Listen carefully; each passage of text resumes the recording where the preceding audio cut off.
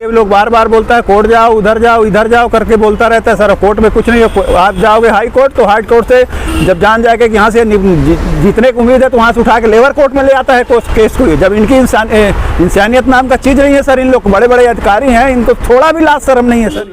South eastern coalfield SCCL से आप आए हैं, आप वहाँ नौकरी करते थे, आपको किस षड्यंत्र के तहत बाहर निकाला जा रहा? प्रबंधक द्वारा बोला जा रहा कि SCCL में कि वंश वृक्ष में नाम नहीं होने के चलते आपको बर्खास्त किया गया है सर।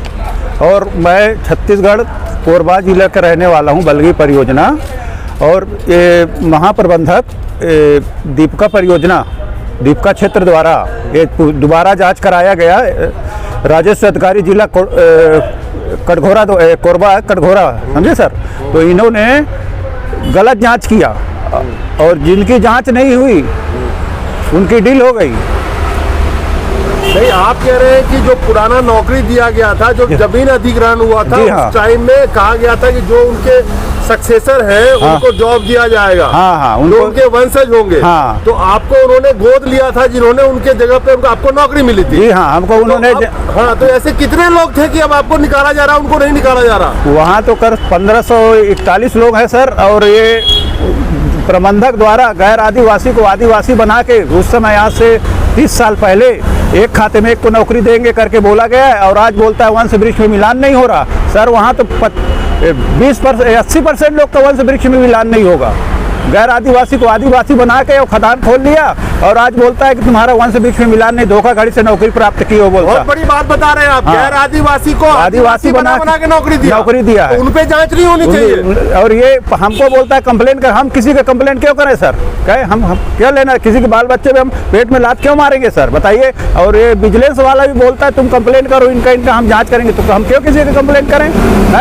और बिलासपुर में अपील ही लगाया सर, अपील। तो ये आपका औद्योगिक विभाग वाला बोलता है तुम उनके वंशज नहीं हो। अरे तो वंशज को तो नौकरी दिया नहीं है सर। कितने साल नौकरी किया आपने? मैंने करीब 27 साल नौकरी किया सर। 27 साल नौकरी करने के बाद अब उनको समझ में आया कि अब जांच होगी पेपर की।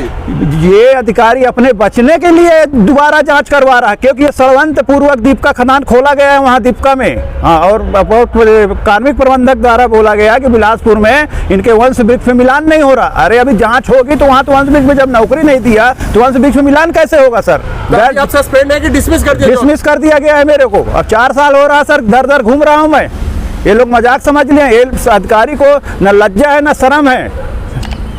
तो ये छत्तीसगढ़ की कोरबा की बात है ना? हाँ, छत्तीसगढ़ कोरबा, मुख्यालय बिलासपुर है सर। तो छत्तीसगढ़ के अंदर में जो पहले से लोग वहाँ काम कर रहे हैं इसी बेस के ऊपर में, उन लोगों पे कार्रवाई क्यों नहीं? खाली आपको क्यों निशाना बनाया जा रहा? ये उनकी हिम्मत नहीं है सर उनकी जांच करने की। ये कोई दौड़ा मारेगा गांव वाले उन लोग को है। जब हमारा सहारा लेता है तुम कंप्लेन करो बोलता है, हम क्यों किसी का कंप्लेन करेंगे? हम उस समय CMD बिलासपुर उपेंद्र कुमार साहब थे, दीपका में जौहर साहब और महेश कुमार थापड़ साहब थे। उस जमाने में नौकरी दिया गया। अब आज जब ये फंसने का समय आता है तो हम को बलि के बकरा बनाया जाता है। खाली एक बंदे को, एक दो बंदे को, एक बंदा है और उसको वो किया गया है, वो भी बेचारा घूम रहा है। तो आपने जो बोला जो दूसरे पे कार्रवाई करेंगे तो गांव वाले दौड़ा के मारेंगे तो मारे उन पे कार्रवाई नहीं होगी? ये नहीं करता है क्योंकि ये खुदे फंसा है। आज वंश वृक्ष हो, जब वंश वृक्ष में आपने नौकरी नहीं दिया तो वंश वृक्ष मिलान कहाँ से होगा?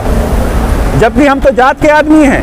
यहाँ तो गैर आदिवासी को आदिवासी बना दिया है और खदान खोल के पूरा कोयला पैतृक संपत्ति से निकाल लिया गया। ये अधिकारी के ऊपर कार्रवाई क्यों नहीं होती है? एक मजदूर के ऊपर कार्रवाई होती है, जो रोजगार दिया उनके ऊपर नहीं हो रहा, ना SCCL के अधिकारी के ऊपर हो रहा, ना राज्य शासन के अधिकारी के ऊपर होगा। मैं एक अधिकारी को बोला कि आपने हमारे ऊपर रोक लगाया, राज्य शासन के अधिकारी के ऊपर कुछ नहीं कर रहे, ना SCCL के अधिकारी के ऊपर कुछ हो रहा। बड़े बड़े अधिकारी हैं, एक मजदूर के ऊपर ये सब लगाया जाएगा लाछन धोखाधड़ी आरोप करके और बर्खास्त कर दोगे। तो नियम तो सबके लिए बराबर होना चाहिए ना? नियम सर इनका 80% नियम SCCL के अधिकारियों का चलता है और 5 और 10% राज्य शासन का नियम चलता है, 10% केंद्र शासन इनका वो चलता है। पूरी मनमानी चल रही है। पूरी मनमानी चलती है, किसी का नहीं सुनते सर ये लोग। जब तक इनको जेल नहीं जाएंगे तब तक नहीं सुधरेंगे ये लोग।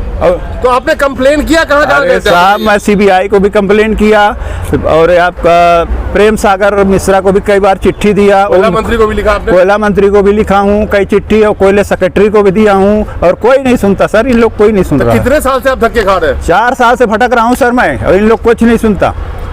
कोर्ट में भी केस करने कोर्ट में किया, कोर्ट में भी कुछ नहीं होता। ये लोग बार बार बोलता है कोर्ट जाओ, उधर जाओ, इधर जाओ करके बोलता रहता है सर। कोर्ट में कुछ नहीं है। आप जाओगे हाई कोर्ट तो हाई कोर्ट से जब जान जाएगा कि यहाँ से जीतने की उम्मीद है तो वहाँ से उठा के लेबर कोर्ट में ले आता है केस को। जब इनकी इंसानियत नाम का चीज नहीं है सर। इन लोग बड़े बड़े अधिकारी हैं, इनको थोड़ा भी लाज शर्म नहीं है सर। लेबर कोर्ट में क्या बोलते हैं? लेबर कोर्ट में सुनवाई हुई थी? नहीं, फिर मैं नहीं गया सर। मैं समझ गया कि अभी हम ये हमको जीतने नहीं देंगे सर। ये जीतने नहीं देंगे। ये अपना इंसानियत तो रहता तो हम तो सर वहीं से जीत जाते सर, हाई कोर्ट से जीत जाते। तो लेबर कोर्ट से भी न्याय मिलने की उम्मीद नहीं है? नहीं, हम समझ गए कि हाँ हम नहीं जीत पाएंगे, इसलिए हम कोर्ट जाना बंद कर दिए सर। हमारे पास पैसा नहीं, कहाँ से लड़ेंगे सर बताइए।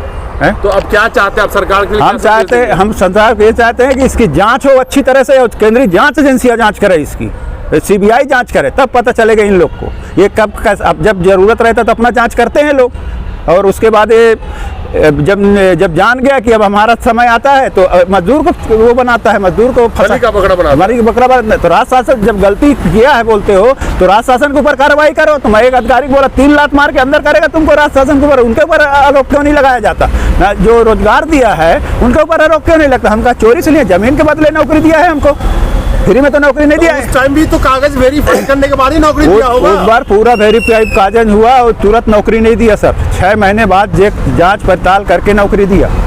उसके बाद 6 महीने जांच पड़ताल? हाँ, 6 महीने साल भर जांच पड़ताल करने के बाद नौकरी। निकालने में कितना महीना लगाया? निकालने में क्या हुआ सर, जांच कर दिया और बोलता है मेरे कोर्ट मत जाना, इधर खाई है इधर कुआं है। आप अगर कोर्ट नहीं जाओगे तो बाद में बोलेगा तुम कोर्ट क्यों नहीं गए? तो कोर्ट नहीं जाना ये कौन बोल रहा? वो जांच अधिकारी है कि भोखड़, वो बोला कोर्ट मत जाना बोला। अब मान लो हम कोर्ट नहीं जाते तो फिर उसके बाद वो कोर्ट जाने से वो मना करने वाला कौन होता? भारत में डेमोक्रेसी है ना। हाँ, वही बोला कि कोर्ट मत जाना। जैसे मेरा पेशी था सर 19 तारीख को, 18 को मेरे को डिसमिस कर दिया ये। 18 को डिसमिस? हाँ, वो मतलब 2 दिसंबर, 1 दिसंबर आएगा 18, 4 साल हो जाएगा सर। तो कोर्ट आप नहीं गए? फिर उसमें कोर्ट गया था, जैसे कोर्ट गया तो ये बोला मत जाना, तो मैं गया तो 1 दिन पहले मेरे को डिसमिस कर दिया। अब आप ये बताइए कि आखिर में कि आप सरकार से क्या भ्रष्टाचार और किस तरह से धांधली हो रही है, नौकरी आपकी जा रही है, लोगों की जा रही है, उसके बारे में क्या मांग करते हैं सरकार से? हमको हमारा रोजगार वापस दिया। कि हमने कोई चोरी धोखाधड़ी से नौकरी प्राप्त नहीं किया है सर। पैतृक संपत्ति में हमें रोजगार दिया गया है। जिन्होंने रोजगार दिया है हमको पुत्र के रूप में रोजगार दिया है। हम कोई गलत जानकारी से नौकरी प्राप्त नहीं किया है और पैतृक संपत्ति में हमको रोजगार दिया गया था।